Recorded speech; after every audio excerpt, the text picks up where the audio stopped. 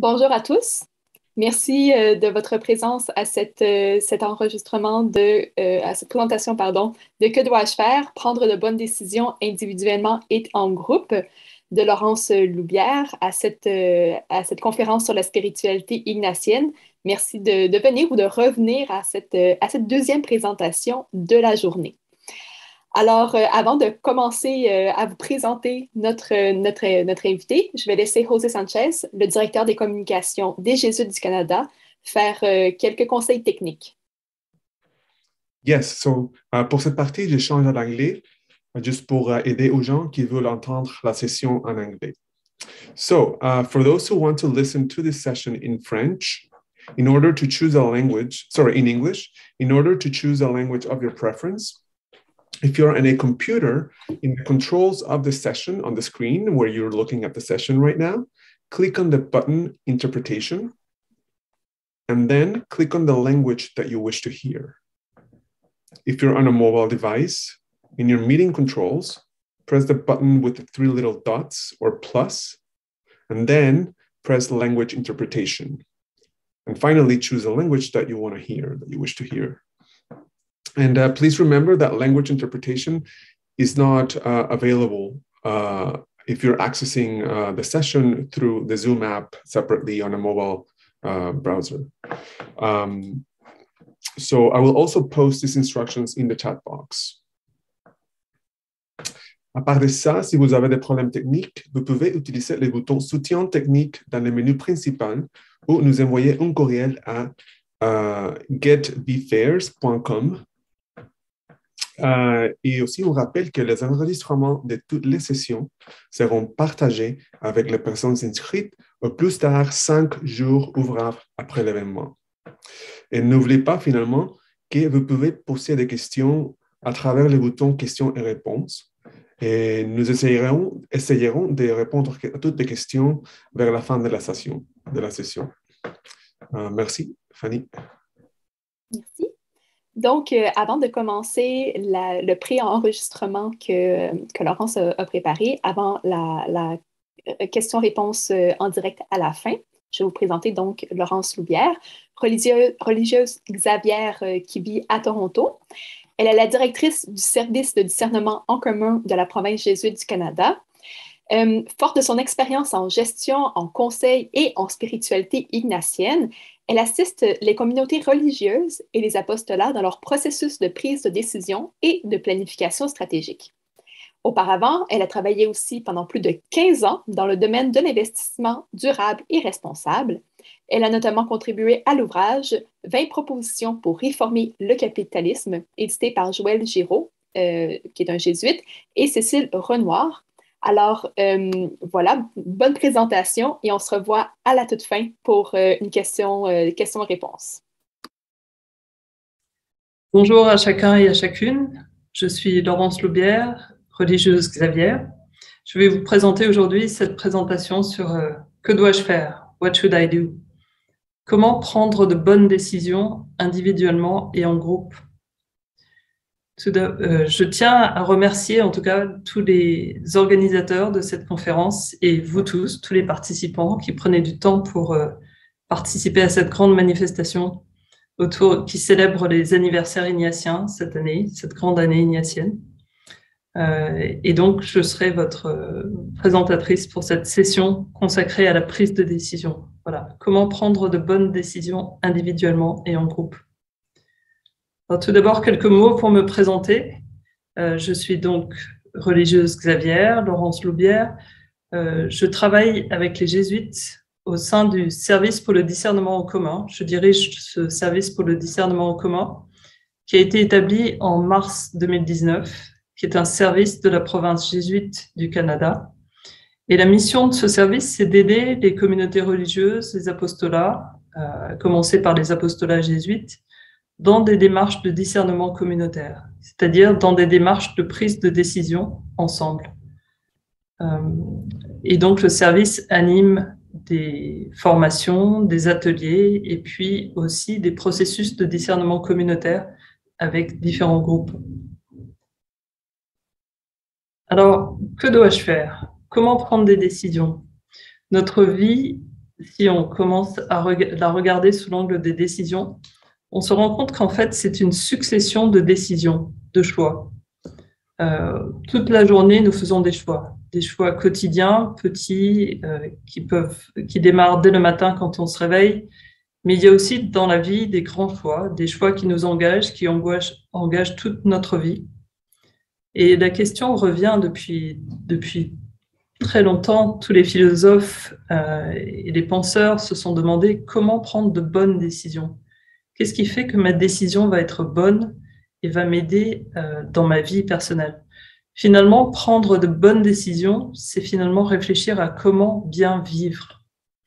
Et cette manière de réfléchir à la manière dont on prend des décisions et à réfléchir à ce qui est en jeu quand on vit ça, c'est en fait une école de vie et une école qui dure toute la vie. Parce qu'on n'a jamais fini finalement de travailler à améliorer sa prise de décision, à prendre des décisions tous les jours qui vont nous faire grandir, nous faire avancer dans notre vie. Et la spiritualité ignatienne apporte des éléments de réponse sur cette manière de prendre de bonnes décisions. Et pour entrer dans la manière dont la spiritualité ignatienne nous aide, on va partir en fait de la vie d'Ignace de Loyola, Saint Ignace de Loyola, qui a été le premier supérieur général des Jésuites et dont la vie nous aide à comprendre comment on peut prendre de bonnes décisions. Donc dans cette présentation, il y aura plusieurs temps. On va commencer par regarder ensemble les éléments du parcours d'Ignace, de Saint Ignace de Loyola, qui vont pouvoir nous aider à regarder comment prendre de bonnes décisions, comment ça s'est passé dans sa propre vie. Nous nous intéresserons ensuite aux fondements de la spiritualité ignatienne qu'on peut extraire à partir de cette expérience d'Ignace. On regardera ensuite ensemble quelques outils pour le discernement personnel. En langage ignatien, on appelle prise de décision souvent cette question du discernement, et on verra ensemble de quoi il est question. Et puis quelques outils pour le discernement en groupe, le discernement en commun, le discernement communautaire. Et nous aurons en fin de parcours un temps pour que vous puissiez poser toutes vos questions et vos commentaires. Donc tout d'abord, le parcours d'Ignace de Loyola. Ignace a vécu au XVIe siècle, XVe et XVIe siècle en Europe. Et c'était dans sa jeunesse un chevalier qui aimait beaucoup briller dans les combats, dans des situations de chevalerie. Il avait de grandes ambitions pour devenir influent à la cour du roi de l'époque. Et il se battait notamment pendant une bataille à Pamplonne, en Espagne, en 1522, quand une blessure, un boulet de canon, est venu complètement contrarier ses projets de vie. Une blessure qu'il a eue à la jambe l'a ensuite immobilisé et l'a empêché de pouvoir poursuivre cette carrière de chevalerie à laquelle il espérait donner sa vie initialement. Donc cette blessure l'a invité à choisir, à se demander ce qu'il allait faire de sa vie une fois que tous ses rêves de chevalier étaient maintenant brisés à cause de cette blessure à sa jambe.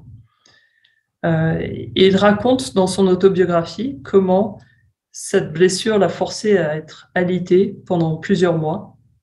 Et pendant tous ces mois, il rêvait à ce qu'il allait pouvoir faire après. Qu'est-ce qu'il allait bien pouvoir devenir et faire de sa vie suite à cette situation. Et il se rendait compte qu'en lui, quand il pensait à différentes choses, ces choses laissaient en lui des impressions différentes, des émotions différentes.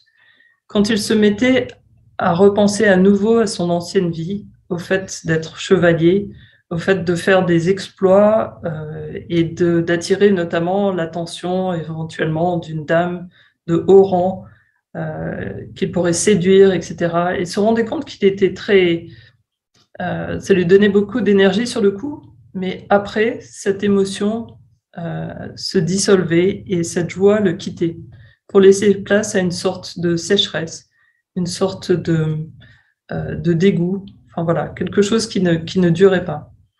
En revanche, quand il commençait à réfléchir ayant trouvé des livres sur la vie des saints et des livres sur la vie du Christ, quand il se mettait à réfléchir et commençait à envisager de suivre le Christ, finalement prendre un chemin comme Saint Dominique ou Saint François avaient vécu, se mettre à réfléchir à une manière de devenir de plus en plus saint, de servir le Seigneur, de servir Dieu. Il se rendait compte que là aussi, il avait beaucoup d'énergie, mais que cette énergie durait. Cette énergie continuait à l'habiter et le mettait dans une paix et une joie profonde. Et donc, la grâce spéciale d'Ignace, dans ce temps précis, qui a été vraiment fondamental pour toute la suite de son parcours, c'était de se rendre compte de cette différence entre des émotions qui étaient bonnes et qui donnaient de l'énergie sur le coup, et d'autres émotions qui étaient bonnes et qui donnaient de l'énergie, mais cette énergie continuait, cette joie profonde et cette paix continuaient. Et il s'est rendu compte qu'il y avait des mouvements spirituels en lui, des mouvements justement d'émotions et de sentiments qui étaient différents quand il y prêtait attention et qui laissaient une impression différente dans son être. Petit à petit, Ignace a compris qu'il y avait plus de joie et d'énergie pour lui à envisager une vie complètement différente et une vie au service du Christ et à sa suite. Cette expérience de conversion profonde l'a mis en route et il a choisi de se fier à ce qu'il ressentait de plus profond et qui était de cette joie profonde et cette paix en choisissant la vie du Christ et du coup en se détournant de sa vie passée qui étaient ses projets de chevalerie et d'exploits militaires. Donc Ignace, à partir de ce moment-là, une fois sa blessure guérie et relevée, s'est mis en route. Il a quitté le château de sa famille où il était en convalescence et s'est mis en route pour suivre le Christ, mais sans savoir très bien où cela le mènerait. Donc il a pris déjà cette première grande décision en repérant déjà ce qui se passait dans son âme et ce qui le conduisait vers plus de paix, plus de joie. Donc Ignace est parti de Loyola, du château de Loyola en 1522, après sa convalescence, et s'est mis en route. Il a commencé à aller d'étape en étape, en s'arrêtant notamment à Manresa pendant près d'une année en Espagne, où il a eu vraiment des expériences spirituelles très fortes. Et il a continué son chemin en pensant qu'en fait, se mettre à la suite du Christ, se mettre à faire des grandes choses comme Saint François ou Saint Dominique l'avaient fait, le conduisait à aller vivre en Terre Sainte, donc à Jérusalem, pour être au plus près de là où le Christ avait vécu. Donc petit à petit, il a commencé à voyager et il s'est mis en route vers Jérusalem où il pensait rester, il pensait vivre là-bas. Mais en fait, les circonstances ont fait qu'il a dû partir de Jérusalem. L'endroit, à l'époque, n'était pas sûr. Il y avait des conflits sur place et les franciscains en Terre Sainte lui ont demandé de partir et de rentrer chez lui parce que c'était trop dangereux et il ne voulait pas avoir à gérer la situation. Donc, il a dû repartir. Il s'est retrouvé en Europe à nouveau. Et en 1524, il s'est retrouvé en Europe suite à son voyage à Jérusalem. Et il s'est vraiment posé la question, mais que dois-je faire? Que dois-je faire? Et il se rendait compte qu'au cours de toutes ces pérégrinations, il y avait un désir en lui qui commençait à s'affiner et à grandir de plus en plus. C'était ce désir d'aider les âmes. Et il se rendait compte que les expériences spirituelles qu'il avait vécues et tout ce qu'il avait reçu de cette manière le conduisait à vouloir aider d'autres à faire cette même expérience de Dieu et à repérer comment Dieu les invitait à avancer dans leur vie. Et donc, en janvier 1524, il s'est dit je vais commencer par étudier pour aider les âmes, pour aider d'autres à faire cette même expérience de Dieu et à orienter leur vie vers Dieu. Donc, il est reparti à l'école et s'est mis à étudier comme un petit enfant avec des maîtres d'école. Et ce qu'on voit par la suite de la vie d'Ignace, c'est qu'en fait, toute sa vie, à partir de ce moment-là, s'unifie autour de cet appel fondamental à aider les âmes. Et vous avez vu la carte de ses voyages. Ignace a vécu du coup beaucoup d'aventures, beaucoup d'épisodes et beaucoup de circonstances de sa vie, mais dans lesquelles ce désir fondamental d'aider les âmes continuait à l'animer. Et tous les événements qu'il a vécus, toutes les circonstances, sont devenus de ce fait des occasions d'incarner davantage cet appel en suivant l'Esprit Saint. Donc Ignace s'est retrouvé à l'école en Espagne avec des enfants. Il est reparti dans une école pour étudier, réapprendre des rudiments de grammaire, de logique, etc. Ça l'a conduit ensuite à vivre des études universitaires à Paris. Il est venu étudier à Paris la philosophie, la théologie, parce que l'université de Paris était très réputée et que ça allait l'aider davantage à pouvoir aider les âmes. En se formant, il allait pouvoir devenir plus compétent dans ce domaine. On le voit ensuite partir en Angleterre, par exemple, rechercher des aumônes, rechercher des financements pour son projet, pour pouvoir vivre, continuer à financer ses études. Et puis, de fil en fil, il en est venu à créer, avec ses compagnons, dont plusieurs ont été recrutés à Paris avec lui, il en est venu à fonder avec eux, en 1540, la Compagnie de Jésus, donc la société Society of Jesus, la Compagnie de Jésus, les Jésuites, dont l'objet, et c'est encore écrit maintenant dans les textes fondamentaux de la Compagnie de Jésus, l'objet vraiment de cette compagnie, de cette congrégation religieuse, c'est pour aider les âmes de ses membres et du prochain à atteindre la fin dernière pour laquelle elles ont été créées. Donc vous voyez comment cet appel fondamental reçu par Ignace à un moment donné de sa vie et qui s'est affiné au cours de toutes ses expériences est devenu ensuite le moteur, vraiment la source d'énergie qui l'a conduit après à choisir à travers toutes ces différentes expériences et circonstances comment davantage aider les âmes. Et ce projet a notamment abouti, en tout cas une de ses conséquences, a été la création de la Compagnie de Jésus pour aider les âmes. Voilà, cette compagnie a été créée pour donner une plus grande ampleur à cet appel et à s'engager, à permettre à beaucoup d'autres de s'engager de cette même manière pour aider les âmes. Le don particulier d'Ignace, en tout cas sa spécificité, c'est qu'il s'est rendu compte, à partir de sa propre expérience et à partir de son expérience spirituelle, qu'il pouvait devenir un instrument lui-même de la grâce de Dieu, participant à la mission du Christ en étant donné à l'Esprit. C'est-à-dire qu'il s'est rendu compte que sa vie même, la manière dont lui-même vivait toute sa vie et ses expériences, pouvait aider Dieu à agir dans le monde, pouvait aider le Christ à continuer sa mission à travers lui, par lui et à travers tous les événements. Et comment faire ça? C'était en incarnant toujours davantage la grâce propre que Dieu avait mise en lui pour le bien de tous.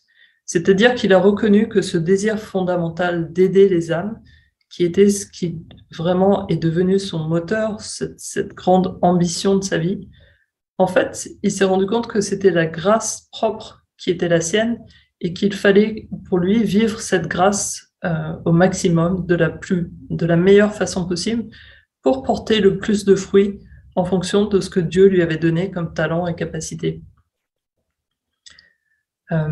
Et donc, le projet d'Ignace, à partir de là, d'aider les âmes, ça a été de proposer une vision et des outils qui tiraient de son expérience personnelle pour que d'autres puissent entrer dans ce même mouvement et eux-mêmes trouver leur propre appel fondamental, acquérir aussi une méthode de prise de décision pour vivre concrètement cet appel dans leur vie, et tout ça à partir de leur expérience personnelle, en trouvant dans leur propre expérience, comme Ignace l'a trouvé dans sa propre expérience, cet appel fondamental et une manière de le vivre au quotidien, dans les petites et aussi dans les grandes choses, dans les grands choix, donc dans les petites et les grandes décisions.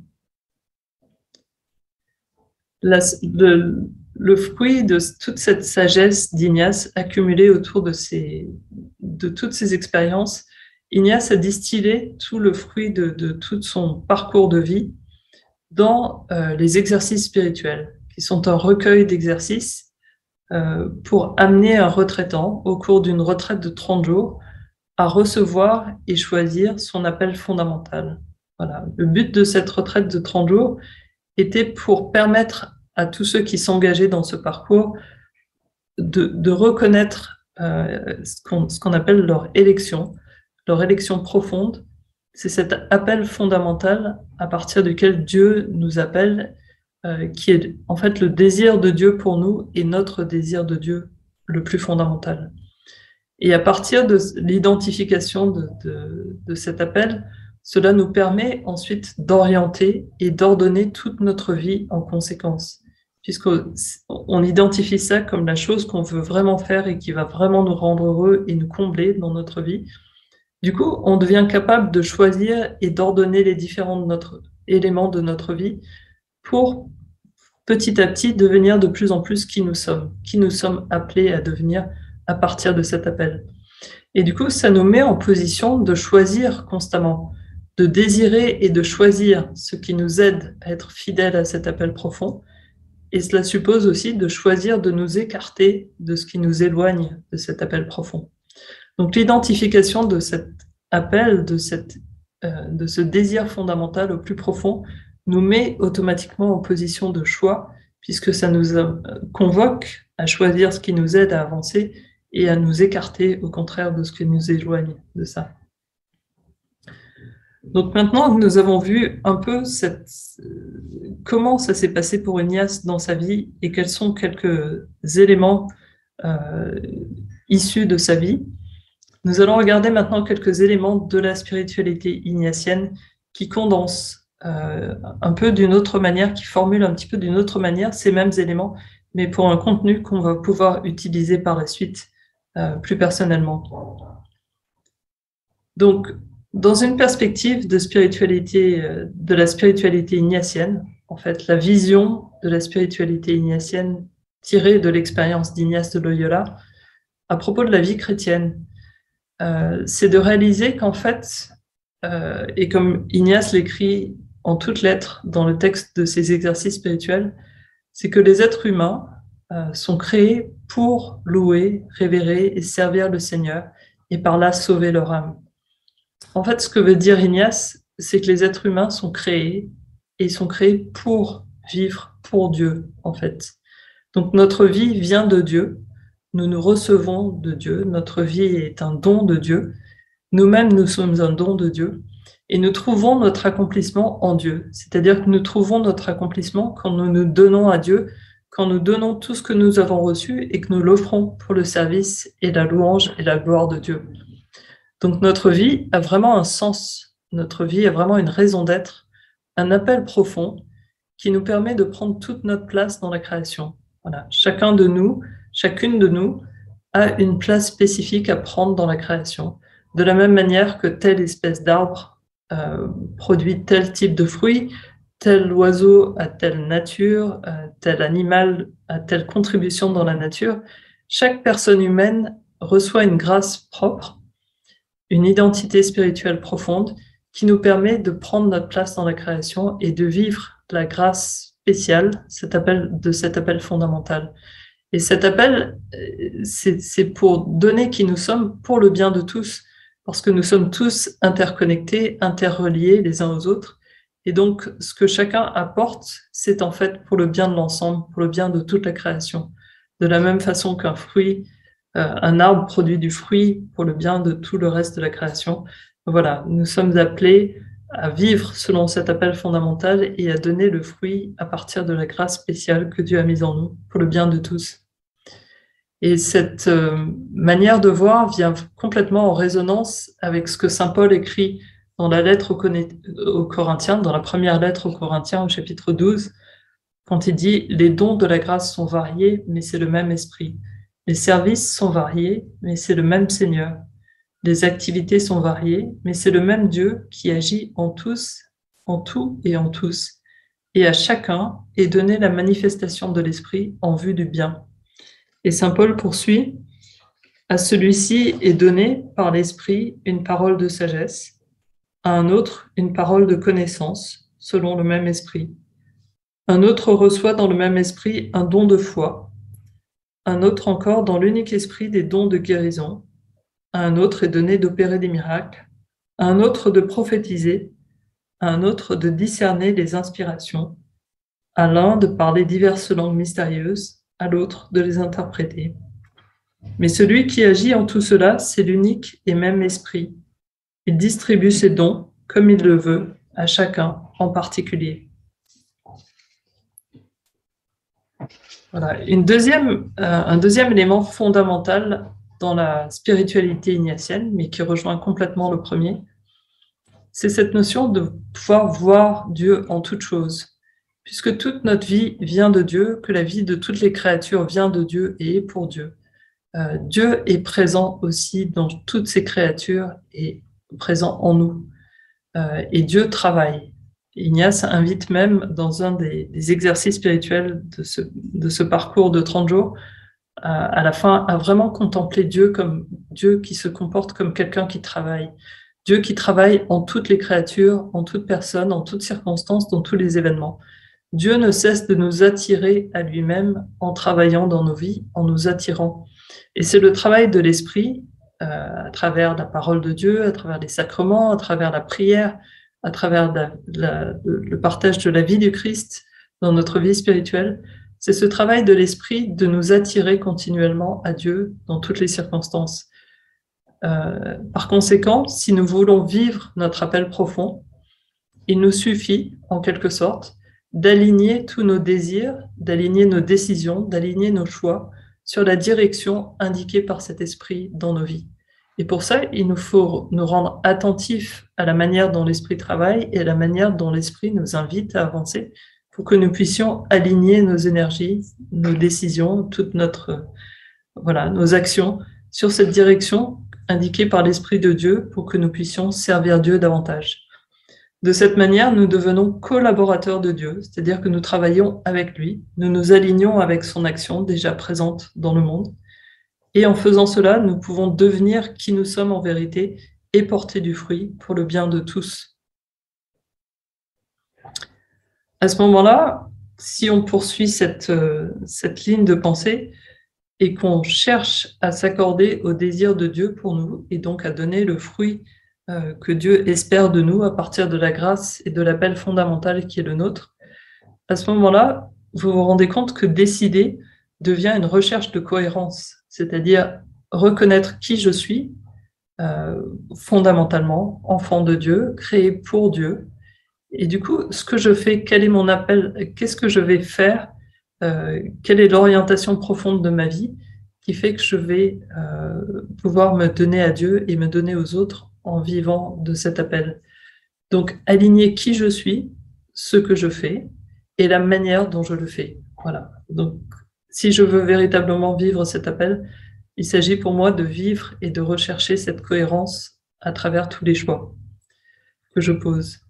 Et le Christ est celui qui vit parfaitement cette cohérence. C'est celui dont l'être et la parole et les manières de faire sont complètement ajustées au désir de Dieu, puisqu'il est Dieu lui-même, Dieu incarné dans une personne humaine. Toute sa vie, tout son être sont paroles de Dieu, et sa vie parle parce que justement elle exprime complètement cette cohérence entre cette miséricorde du Père. Voilà, le Christ est venu complètement incarner cette miséricorde du Père en parole et en acte et nous révéler qui est le Père.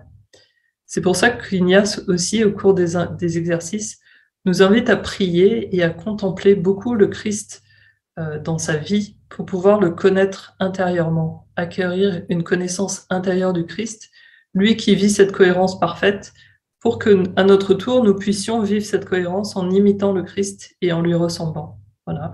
Donc notre appel à tous est finalement d'imiter le Christ en vivant parfaitement, le plus possible en tout cas, la cohérence à partir de notre appel fondamental. Ignace a repéré aussi, à travers son expérience propre, qu'en fait, ce travail de suite de l'esprit n'est pas si simple, parce qu'il y a des forces contraires qui aussi essayent de nous détourner de cet objectif de vie.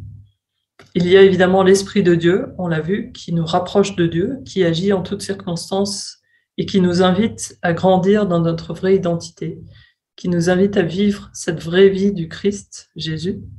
Mais il y a présent dans le monde aussi l'esprit du mal à l'œuvre. qui ne cesse d'essayer de nous détourner de ce projet. L'esprit du mal qui vraiment essaye de combattre Dieu et essaye de nous détourner, essaye de détourner les personnes humaines et de contrarier ce projet de vivre en cohérence. Donc l'esprit du mal, en fait, essaye en permanence de nous détourner de Dieu et en ce faisant de nous détourner de nous-mêmes, en nous enfermant dans une manière de vivre qui relève du mensonge, puisqu'elle n'est plus dans cette cohérence. Le malin, l'esprit du mal, essaye en permanence de contredire ce projet de Dieu sur nous et nous traverse notre esprit en nous mettant des bâtons dans les roues, en nous mettant des contradictions. Il nous faut donc, dans notre vie spirituelle et dans notre vie, reconnaître quel esprit est en train d'agir en nous. Est-ce que c'est l'esprit de Dieu qui est en train de me rapprocher de Dieu, ou est-ce que c'est l'esprit du mal qui cherche à m'en détourner? Et à ce moment-là, une fois qu'on reconnaît ces esprits à l'œuvre, il faut accepter l'esprit de Dieu qui me mène sur le bon chemin et refuser l'esprit du mauvais qui me détourne de mon but. Vous voyez comment, en fait, choisir de servir Dieu nous conduit en permanence à des choix, nous met tout de suite en position de décision. Et à chaque moment, nous sommes sollicités pour accepter l'esprit qui nous mène ou refuser un esprit qui cherche à nous détourner. L'enjeu, en vivant ce combat spirituel, en vivant cette alternance de choix, d'acceptation ou de refus, c'est vraiment de pouvoir faire grandir ou non la vérité de notre vie, la vérité de notre vie, en faisant la vérité dans notre vie. Voilà, en posant une succession de choix qui font grandir la vérité dans notre vie devient de plus en plus vraie, devient de plus en plus dans cet alignement, et elle va parler de plus en plus, elle va témoigner de plus en plus de Dieu à partir du don et de la grâce qui nous est faite. Et Ignace, pour nous guider dans ce combat, pour nous donner des repères, a écrit dans ses exercices spirituels un certain nombre de règles pour le discernement des esprits. Notamment, dans ces règles, il nous invite à reconnaître un état en nous-mêmes, un état de consolation, dans lequel on éprouve beaucoup de dynamisme, on est en position de gratitude, la gratitude nous vient spontanément, on est dans l'émerveillement devant ce qu'on reçoit, on est capable de remercier Dieu pour tout ce dont il nous comble. Et cet état de consolation se traduit aussi, enfin en tout cas se caractérise, et c'est ça qui aide vraiment à l'identifier, par une augmentation d'espérance, de foi en Dieu, d'amour pour le prochain. Voilà, quand on est dans cet élan où on sent qu'on est vraiment dynamisé sur le fond, dans la paix, dans l'élan, dans le goût de nous donner, voilà, il y a quelque chose de bon et d'heureux en nous qui se vit. Mais cette consolation peut exister aussi à travers des mouvements de souffrance, des moments de souffrance, c'est-à-dire quand on souffre à cause du péché et du mal, quand on est vraiment meurtri par ce qui arrive dans le monde ou à nous-mêmes causé par le mal, c'est aussi une forme de consolation parce que le mal est vraiment quelque chose dont on doit s'écarter et qui est vraiment mauvais. Donc, souffrir à cause du mal, ça ne veut pas dire qu'on n'est pas dans la consolation. Voilà. Donc, la consolation, c'est pas simplement être heureux, c'est être vraiment dans un lieu où on est en accord avec qui nous sommes profondément et capable d'être dans la gratitude et dans l'amour pour Dieu et le prochain. Donc, c'est le signe de cette cohérence avec l'invitation de l'Esprit et donc un signe que nous sommes sur la bonne piste dans notre chemin de vie. Donc, la consolation, elle est un bon repère pour faire des choix et s'orienter parce qu'elle nous met sur ce chemin dans lequel on actualise, on incarne véritablement l'appel profond et elle vient confirmer que là, il y a quelque chose de bon à suivre. C'est le signe du bon esprit dans notre vie. En revanche, la désolation produit des effets complètement opposés, complètement inverses. C'est-à-dire, on sent que notre dynamisme, notre énergie vitale diminue. On est en proie au découragement, on n'y voit plus clair du tout, on est dans la confusion, le doute, une forme d'obscurité intérieure. Et on voit comment ça nous replie aussi sur nous-mêmes. On n'est plus dans la gratitude vis-à-vis de Dieu, vis-à-vis des autres. On commence à en vouloir aux autres, on commence à à être dans une forme d'agressivité parfois. On a l'impression d'être séparé de Dieu. Et donc là, on sent bien qu'on n'est plus dans cet alignement où on donne le meilleur de nous-mêmes et on est dans ces circonstances d'alignement en fait. Et ces moments de désolation peuvent être créés par le péché. Voilà, quand on pêche, quand on s'éloigne de Dieu, quand on commet des péchés, on peut éprouver cette forme de sécheresse, dégoût, tristesse, culpabilité. Enfin voilà. Ça peut être aussi un temps pour éprouver nos résolutions, c'est-à-dire quand on décide de servir Dieu et de s'engager sur ce chemin-là, Dieu peut permettre une forme de tentation, une forme d'épreuve pour nous permettre de grandir et d'affirmer nos choix et de persister dans nos choix. Il y a une forme d'endurance aussi qui permet de grandir et de continuer à avancer.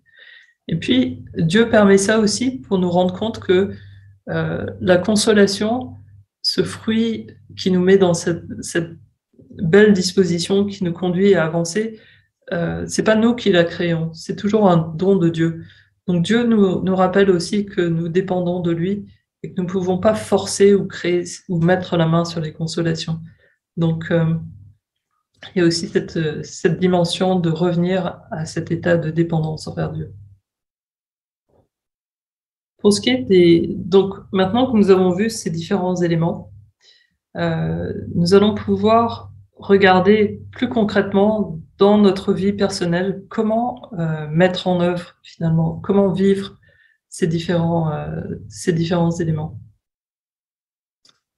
Donc, si on suit toute cette perspective déroulée jusqu'à présent, finalement, faire des choix, prendre des décisions et prendre des bonnes décisions dans notre vie, ce sera choisir en fonction de ce qu'on désire profondément.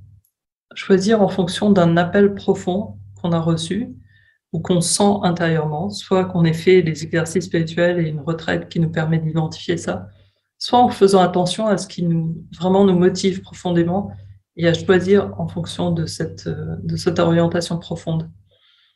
Et donc la décision cesse de devenir un but en soi, c'est-à-dire je cesse de me focaliser sur le problème ou la question que j'essaye de résoudre ou qui se pose à moi. La décision que je vais prendre prend une autre dimension quand elle s'inscrit dans un chemin d'actualisation et d'incarnation de cet appel profond. C'est-à-dire qu'on reprend de la distance par rapport à cette question concrète qui se pose à nous, et on se dit, à travers cette question, quel va être le choix qui va m'aider davantage à grandir dans mon identité spirituelle profonde, dans cet appel profond, pour me permettre de choisir ce qui va m'aider à grandir et me détourner de ce qui m'en empêche finalement.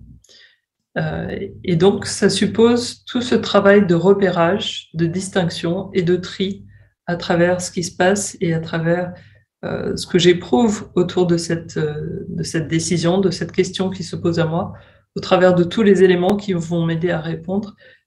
Prendre une bonne décision, ça va donc nécessiter ce travail de tri qu'on appelle discernement. Donc, quelques outils pour le discernement. On va voir ensemble différents éléments, à commencer par la prière. Nous parlerons ensuite de l'accompagnement spirituel, de la relecture d'événements. Je vous présenterai ensuite une échelle de valeurs qui peut être très utile pour comprendre ce qui se passe dans notre vie. Et puis, nous verrons un petit outil pour quand on a une alternative, 2 options claires, comment on peut procéder quand on se retrouve dans cette situation. Alors, tout d'abord, la prière. Parce qu'en fait, c'est l'Esprit qui nous enseigne toutes choses. Voilà. Nous devons nous laisser éclairer par l'Esprit. C'est le Christ qui nous le dit aussi, l'Esprit vous enseignera toutes choses.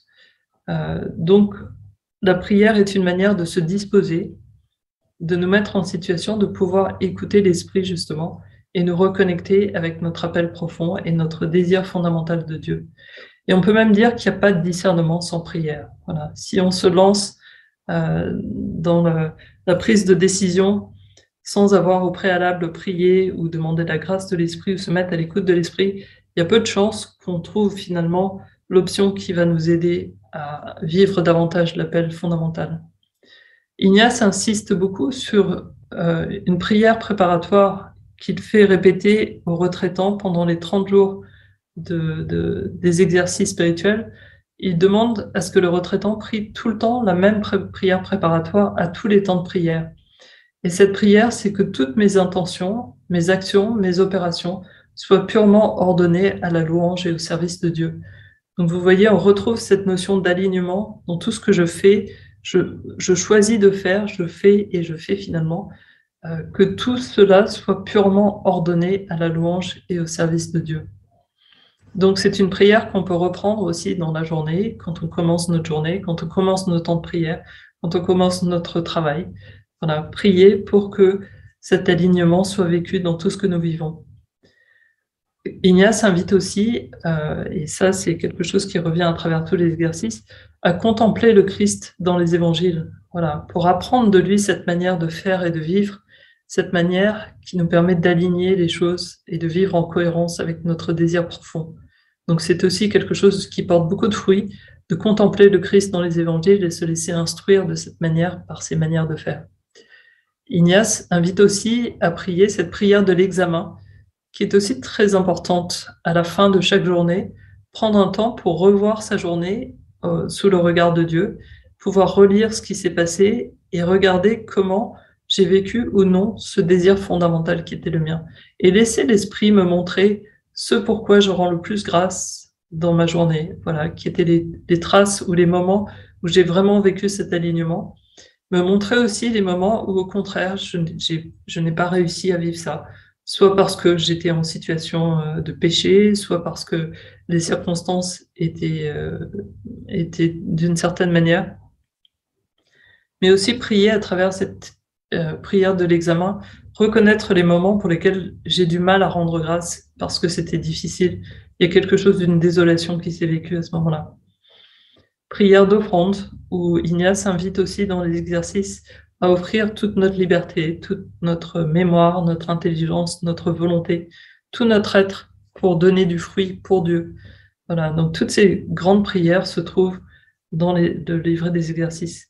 Et évidemment, aussi une manière d'avancer et de pouvoir prendre des décisions importantes dans notre vie, c'est vivre un temps privilégié de prière et d'écoute de l'esprit en faisant une retraite. Voilà, ça peut aller sur une seule journée, sur un week-end de 2 jours, jusqu'aux 30 jours.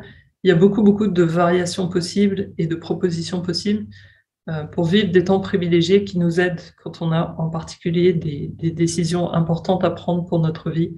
Ça peut être vraiment bien de vivre un temps de retraite pour pouvoir ancrer ce choix dans la prière et vivre cette expérience d'alignement profond de notre être et de la direction que l'esprit nous invite à prendre. Deuxième outil très utile et beaucoup pratiqué avec la spiritualité ignatienne, c'est l'accompagnement spirituel. Ça consiste à rencontrer régulièrement une personne qui est formée à l'accompagnement spirituel. Il faut des gens qui, évidemment, sont formés et sachent écouter et sachent repérer ce qui se dit. Mais en cheminant comme ça avec une personne qui vous accompagne et qui peut aider à repérer ce qui se passe dans notre vie, qui peut aider à nous donner un écho de ce qu'on partage, on peut cheminer ensuite, comme ça dans le temps et avoir quelqu'un qui nous accompagne, qui marche avec nous. Cette démarche a le grand mérite aussi, en étant écouté par quelqu'un, de nous forcer à mettre des mots sur notre vie spirituelle. Ça nous force à mettre en mots ce qui nous arrive, et en mettant en mots, on devient plus conscient et on a plus de capacité pour ensuite repérer et choisir ce qui se passe. Et repérer et choisir l'orientation de l'esprit, et repérer et se dégager de l'orientation du mauvais esprit. Donc cet écho, ce vis-à-vis, cette personne qui nous écoute et peut nous donner des conseils avisés du fait de sa formation, ça nous permet de recevoir des encouragements, mais aussi de grandir en liberté, d'être beaucoup plus libre et à même dans notre vie de prendre des bonnes options, de faire des bonnes décisions.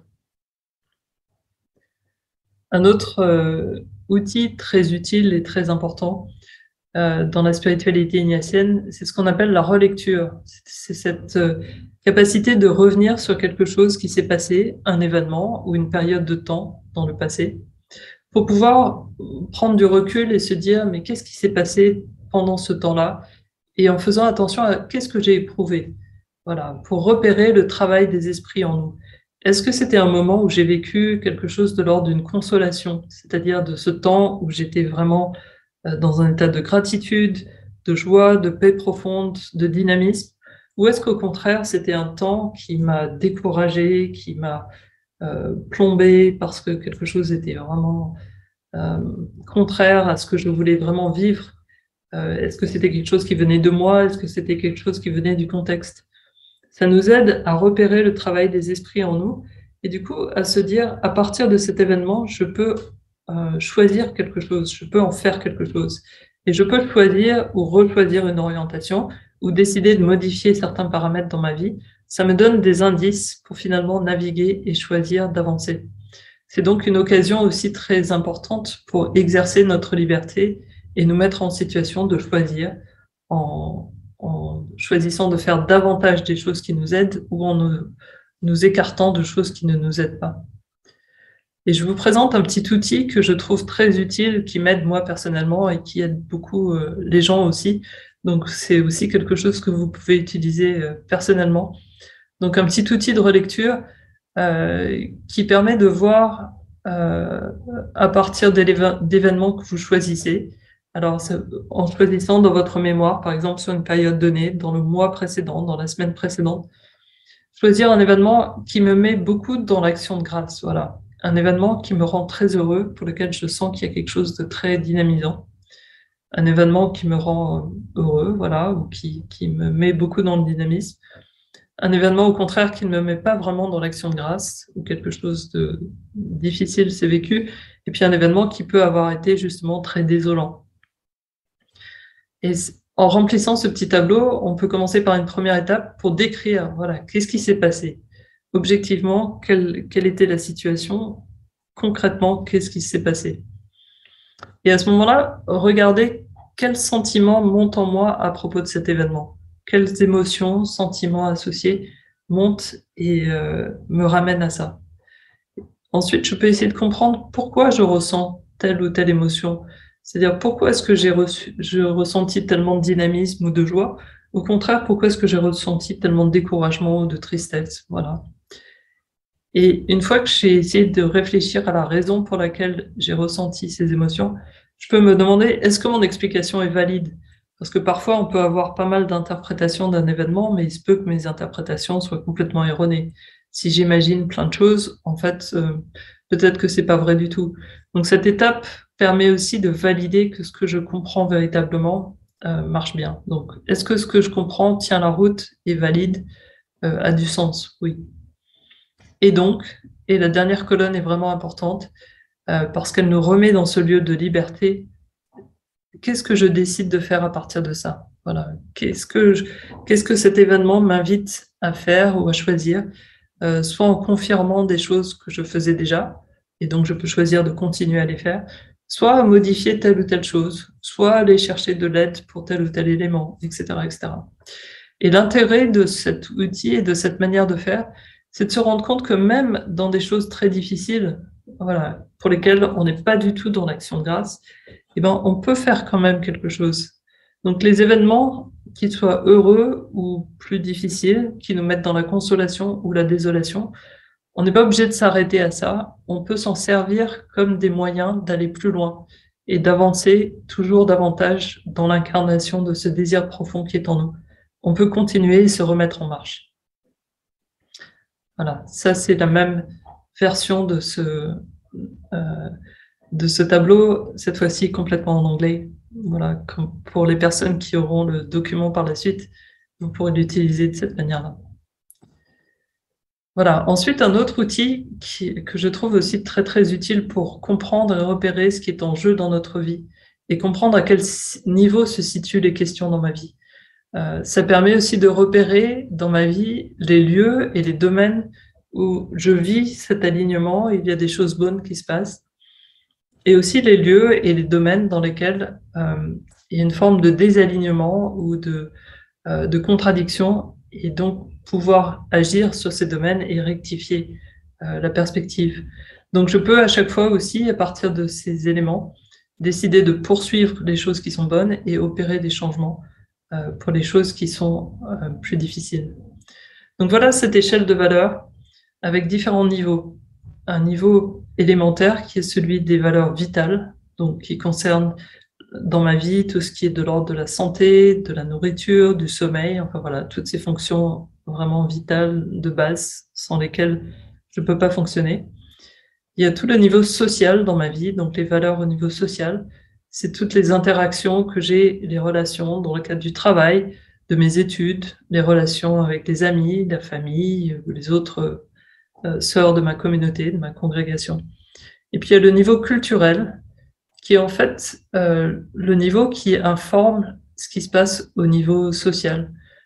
C'est-à-dire qu'à partir des valeurs culturelles, à partir des choses qui me sont chères, je vais travailler d'une certaine manière, je vais vivre d'une certaine manière, je vais choisir ce que je mange d'une certaine manière.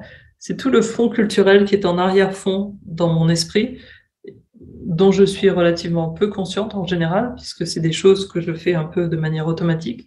Mais il y a en fait toute cette dimension culturelle qui informe des manières de faire.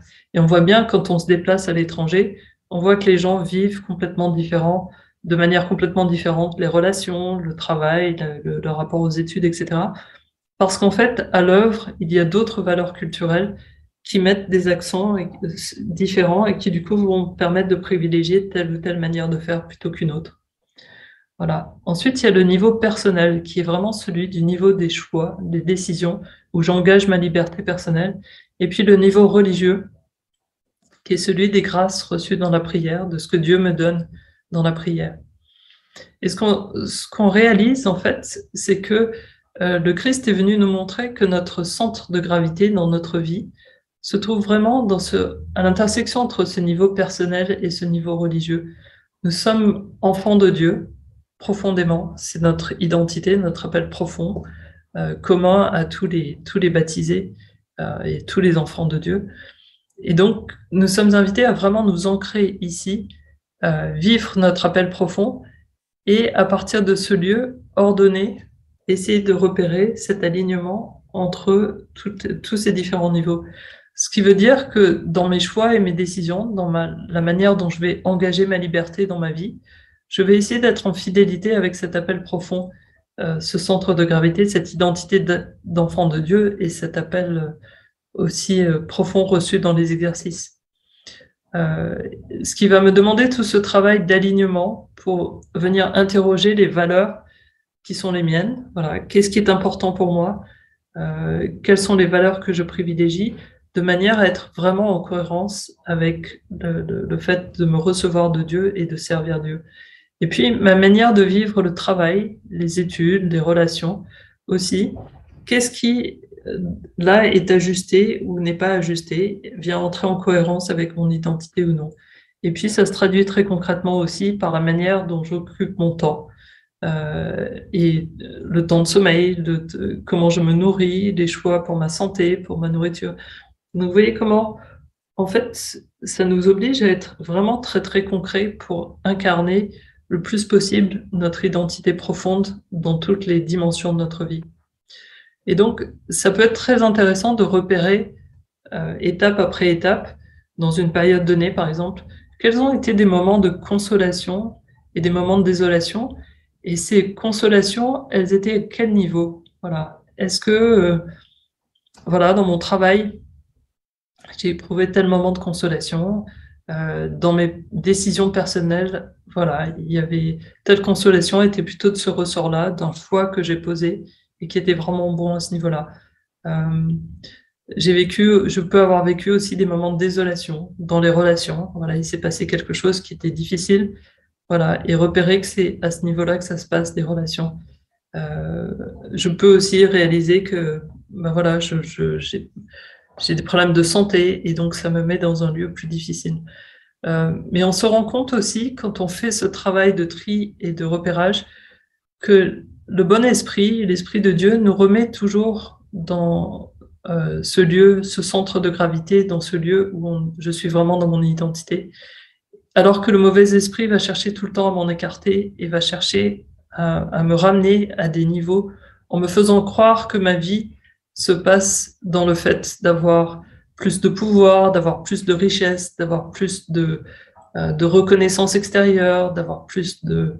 Voilà. Le mauvais esprit va chercher tout le temps à me ramener au niveau inférieur et à me faire passer mon énergie là pour être sûr que je suis vraiment estimé, reconnu, voilà, que j'ai beaucoup de pouvoir ou de reconnaissance ou de richesse, ou voilà, etc., etc. Alors que le bon esprit va me remettre toujours dans un lieu de dépendance vis-à-vis de Dieu, dans une forme de pauvreté, de reconnaître que je dépends complètement de Dieu et que ma vie vient de Dieu et pour Dieu. Et que je peux être, du coup, dans un lieu d'indifférence par rapport aux autres choses et que je vais choisir simplement ce qui va me permettre d'être dans cet alignement. Et un outil, enfin, pour choisir entre deux options, quand vous arrivez devant une question, ça peut être utile d'arriver à essayer de formuler la question, de ramener ça à une alternative. Voilà, est-ce que je fais ça ou est-ce que je ne fais pas ça? Pour qu'on puisse répondre à la question oui, non. Est-ce que je fais ça? Oui. Ou non. Voilà. Est-ce que je fais cette chose ou je ne fais pas cette chose? Donc, ramener la question, essayer de la simplifier le plus possible à une alternative avec vraiment ces deux branches, oui ou non. Et poser tous les arguments qui vont être en faveur de cette option. Quels sont les avantages qu'il y aura si je choisis l'option positive? Voilà. Lister tous les avantages. Mais lister aussi tous les avantages si je choisis l'option négative. Voilà. Au contraire, je peux aussi lister tous les désavantages qu'il y a si je choisis cette option positive et tous les désavantages qu'il y a si je choisis cette option négative. De cette manière, c'est pas simplement avantage-inconvénient, mais c'est avantage-inconvénient des deux options. Voilà, positive si je choisis l'option positive, si je choisis l'option négative. Et une fois que j'ai fait ce travail de repérage, vraiment me replacer intérieurement dans mon appel profond, dans mon désir, et peser les arguments. Voilà, quels sont les arguments qui, au regard de ce désir profond, vont avoir le plus de poids, vont être les plus significatifs, et choisir l'option pour laquelle je me sens invité par l'esprit à opter. Donc me laisser mouvoir par l'esprit, me laisser déplacer par l'esprit, plutôt que choisir de façon très mécanique. Donc se remettre en position de me laisser inspirer, de me laisser mouvoir par l'esprit. Quelques outils ensuite pour le discernement en groupe, le discernement en commun. Donc, en fait, le discernement en commun, on s'appuie sur les mêmes principes de la spiritualité ignatienne. C'est-à-dire que chaque groupe a sa propre raison d'être, son objet, son appel profond, qui est finalement le charisme de l'Institut, le charisme du groupe, le charisme de la communauté religieuse, lorsqu'il s'agit d'un groupe religieux. Et on distingue de cette manière les différents charismes. Alors, par exemple, les jésuites ont leur identité propre. Les franciscains vont avoir leur charisme propre. Les bénédictins. Voilà. C'est vraiment cet appel profond, cette identité profonde de l'Institut, de l'organisation, de l'entité. Et l'esprit, de la même manière, est à l'œuvre dans les membres du groupe, dans le groupe et dans les membres du groupe. Donc, le discernement en commun, ça va être toute une série d'outils et de processus pour créer les conditions pour s'ouvrir, reconnaître et prendre des décisions sous la motion de l'esprit. Donc, de la même manière, on met la perspective de la prise de décision dans la perspective de vivre davantage un appel profond, qui est cette fois-ci l'appel du groupe. On va essayer, dans le discernement commun, de la même manière, de vivre cet alignement entre l'identité spirituelle du groupe, la mission du groupe et la manière dont le groupe va la vivre. Et donc, on va regarder périodiquement qu'est-ce qui nous donne le plus d'énergie, de zèle, d'amour pour le prochain. Et au contraire, qu'est-ce qui nous empêche de vivre ce qu'on veut vraiment vivre? Qu'est-ce qu'on doit prolonger, continuer? De quoi il faut au contraire nous écarter en faisant ce même travail de relecture pour vivre cet alignement. Un élément central du discernement en commun, c'est la conversation spirituelle. C'est une manière de se parler dans un groupe qui permet d'écouter vraiment les mouvements de consolation et de désolation en soi et dans le groupe. Dans la conversation spirituelle, on procède par tours de parole successives dans lesquels les personnes parlent à tour de rôle et ne se répondent pas. C'est une manière dans laquelle on s'écoute et on parle à tour de rôle et on écoute ce qui se passe en nous et dans le groupe. Donc, dans le premier tour, les gens vont partager des fruits d'une prière personnelle après avoir prié sur la question qui les occupe. Dans un deuxième tour, on va écouter qu'est-ce qui m'a le plus touché dans le premier tour. Et dans le troisième tour, qu'est-ce qui me semble émerger du deuxième tour. Donc, par ces tours successifs, on passe du jeu de ma prière personnelle à ce que nous entendons comme le fruit de notre conversation. C'est ce qui nous permet de passer d'un itinéraire personnel à un itinéraire en groupe et qui permet au groupe d'avancer ensemble. Donc, le discernement en commun, c'est finalement agencer une série de parcours, enfin de prières personnelles et de conversations spirituelles qui aident le groupe à s'orienter et à se mettre à l'écoute de ce qui se passe dans le groupe pour avancer en cohérence avec l'identité profonde du groupe. Les fondements et les fruits de la conversation spirituelle sont importants aussi parce que cette manière de procéder porte en elle-même des valeurs et les promet dans le groupe. Donc, les valeurs qui sont portées par cette manière de faire, c'est tout d'abord la justice, parce que chaque personne a le même temps de parole. L'inclusion, chaque voix, chaque personne compte, et donc vraiment prise en compte. La réconciliation, parce qu'on est en train de se parler de personne à personne, on n'est pas en train de représenter une idéologie, un courant de pensée, etc. On cherche vraiment ce contact de personne à personne. La communion, nous sommes ensemble tournés vers Dieu, et c'est pas une compétition pour essayer de savoir qui a raison, c'est vraiment pour essayer ensemble de s'ouvrir à l'action de l'esprit et de chercher Dieu ensemble.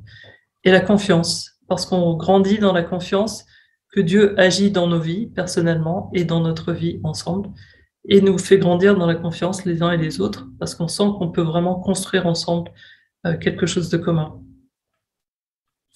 De la même manière que pour une personne qui traverse des mouvements de consolation et de désolation, on repère que le groupe peut aussi vivre des moments de consolation et de désolation. Donc, les moments de consolation, c'est quand le groupe est réellement engagé dans une écoute active et une prise de parole intentionnelle. On sent que les gens sont vraiment présents et actifs dans ce qui se passe. On voit qu'émerge aussi autour des tours de parole une vision partagée, une vérité, un consensus qui émerge. Et on sent une plus grande union, une plus grande communion dans le groupe. À l'inverse, des mouvements de désolation qui peuvent arriver aussi, on sent que les gens se désengagent, que des phénomènes de peur ou de diminution de la confiance arrivent, que les gens essayent de forcer leurs idées, etc. C'est des choses qui arrivent et à ce moment-là, pour l'animateur du groupe, c'est le signal qu'il faut essayer d'aider le groupe à revenir sur ce qu'il souhaite vraiment vivre pour retrouver une situation de consolation et retrouver une marche ensemble qui va porter du fruit. Donc voilà, au terme de tout ce parcours, avec tous ces éléments qui concernent à la fois la prise de décision personnelle, la prise de décision en commun, ce qui nous permet de conclure, c'est de réaliser qu'en fait, à partir de tout ce qu'on a vu, la vie d'Ignace, la spiritualité ignatienne, les différents outils, finalement, prendre des décisions à la manière ignatienne, c'est se remettre dans la perspective d'un désir profond de servir Dieu et de donner le meilleur de nous-mêmes. Voilà, c'est cette orientation de fond qui va nous permettre de choisir et de prendre des bonnes décisions, puisqu'elles nous permettront de vivre davantage le désir profond qui est en nous. Ça suppose quand même de faire tout ce travail de rassembler tous les éléments, parce qu'il faut quand même être concret et donc rassembler des éléments qui vont permettre de choisir des options, poser ces options, être concret, être réaliste. Il faut aussi faire cette démarche de s'engager dans la prière et l'écoute. Ça suppose de faire son travail. C'est pas des choses qui arrivent comme ça simplement en attendant que ça se passe. Ça suppose vraiment un engagement concret dans la recherche et dans l'exploration de manière sérieuse. Mais au final, c'est se rendre compte que la décision, on peut l'aborder moins comme un problème à résoudre que comme une occasion de se laisser conduire par l'esprit qui nous accompagne toujours. Voilà. Assurer que l'Esprit de Dieu, en toutes circonstances, nous oriente vers le chemin qui conduit à la situation de donner le plus de fruits pour les autres et pour la plus grande gloire de Dieu. Voilà. Merci beaucoup, Laurence, pour cette très belle présentation et surtout, je pense, les outils que vous avez présentés parce qu'on a plusieurs personnes qui veulent les utiliser. Donc, c'est très apprécié. Maintenant, pour la période de questions et réponses, on en a reçu plusieurs. On va essayer de répondre au plus de questions possibles. Commençons tout de suite donc par une première. La formation ou déformation de ma conscience face au mal ou aux injustices peut-elle peut-elle influer sur les sentiments de consolation ou de désolation dans la prière?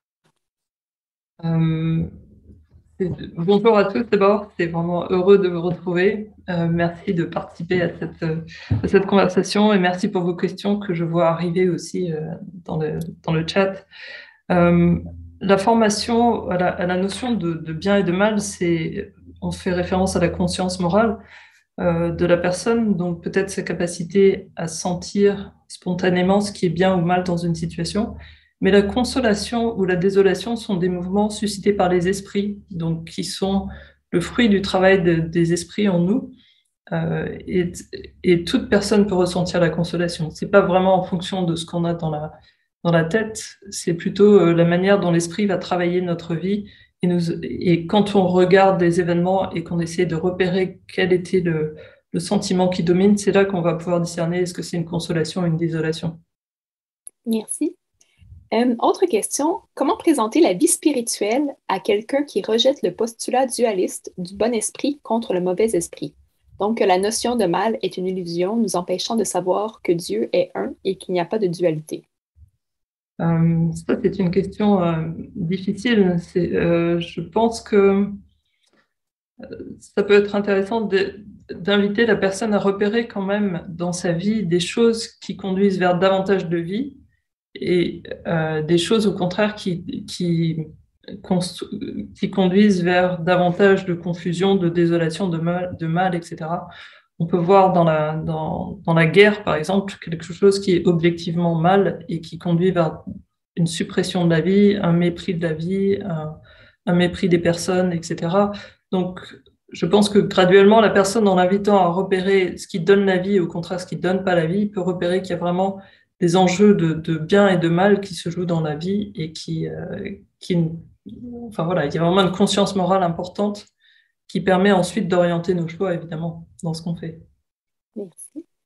Une autre question, comment discerner dans des situations de stress et comment considérer le stress dans le discernement? Des situations de stress, il nous en arrive beaucoup. C'est pour ça que d'avoir des outils et de pouvoir décider de moments où on va se poser pour écouter, c'est vraiment important. C'est-à-dire, peut-être plus on est stressé, plus il faut trouver des moments où on peut ralentir et se dire, OK, je m'accorde un temps de 15 minutes, une demi-heure, dans lequel je vais m'asseoir et écouter, et reprendre les petits outils, par exemple le petit tableau, pour poser les choses. Voilà, qu'est-ce qui se passe? Qu'est-ce qui est en train de se passer? Quelle émotion ça suscite en moi? Pourquoi je ressens ça? Est-ce que ce que je comprends est vrai? Et du coup, comment je peux décider de répondre à cette situation? C'est se rendre compte que malgré le stress, on a toujours la capacité de s'asseoir, de réfléchir et de trouver une manière dans laquelle on va décider, engager notre liberté pour répondre d'une manière ou d'une autre chose. Donc, essayer de prendre du recul, se poser pour pouvoir réengager ensuite la situation, mais à partir d'un lieu où on est connecté avec notre désir profond et notre envie de servir et de donner le meilleur de nous-mêmes. Merci. Donc, prochaine question. Qu'est-ce qui se passe quand on a l'impression de devoir choisir entre deux mauvaises options, quand les deux options causent de la désolation plutôt que de la consolation? Il se peut que les situations soient compliquées. Il faudrait choisir évidemment la moins mauvaise des options dans la mesure du possible, mais peut-être se réinterroger sur pourquoi ces deux options sont mauvaises, parce que c'est pas la peine de continuer à alimenter des situations s'il y a vraiment des choses qu'il faut changer, des situations à changer. Parfois, on vit des circonstances difficiles et on est résolu. Enfin voilà, on n'a pas vraiment le choix d'élargir les options. À ce moment-là, il faut choisir la moins mauvaise des options, celle qui porte le plus de fruits à terme, qui nous met le plus en cohérence avec qui nous sommes. Merci. Et comment évaluer les décisions sous-optimales avec un certain recul? Comment est-ce que parfois on conclut que de mauvaises décisions ont été prises et comment le processus de discernement aurait pu être amélioré en premier lieu? Alors bien sûr, il nous arrive de prendre des décisions qui sont pas super et qu'on perçoit après comme n'ayant pas été super. Mais justement, ce qui peut être intéressant, c'est de reprendre comment j'ai fonctionné en prenant cette décision, qu'est-ce qui était en jeu, et revenir sur la manière dont j'ai procédé pour apprendre de cette expérience et pouvoir la prochaine fois décider autrement. Donc la mauvaise décision en elle-même devient quelque chose qui peut nous apprendre à faire de meilleures décisions par la suite. On peut reprendre avec le petit tableau. Voilà, qu'est-ce qui s'est passé, comment j'ai décidé, qu'est-ce que ça suscite en moi, pourquoi, etc. Et à ce moment-là, en tirer un peu de sagesse pour appliquer ça la prochaine fois. Merci. Donc, on va devoir malheureusement terminer ici pour préparer la liturgie à laquelle on vous invite dans quelques minutes. Merci énormément, Sœur Laurence Loubière, pour cette présentation, pour ces outils dont je suis certaine plusieurs participants vont en tirer de grands profits et les utiliser. Et je vais passer la parole à José pour des dernières considérations. Je veux juste dire que à la fin de la présentation, je pense que vous allez avoir la présentation disponible, mais il y a aussi mon adresse courriel, mon adresse mail. Donc, parce que j'ai vu plusieurs questions qui arrivaient, si vous avez besoin de discuter, vous voulez envoyer davantage de questions, n'hésitez pas aussi, vous pouvez m'envoyer un message et puis on peut correspondre de cette manière. Merci, Laurence. Et oui, pour vous rappeler aussi que les enregistrements de toutes les sessions et aussi des documents, des ressources comme les diapositives de la session seront partagés les plus tard, 5 jours ouvrables après l'événement. Ça va dire le plus tard vendredi prochain. Et aussi, nous vous invitons à la liturgie qui commence dans 15 minutes, environ 15 minutes. Et merci beaucoup, Laurence. Merci, Fanny. Merci à vous. Bonne suite.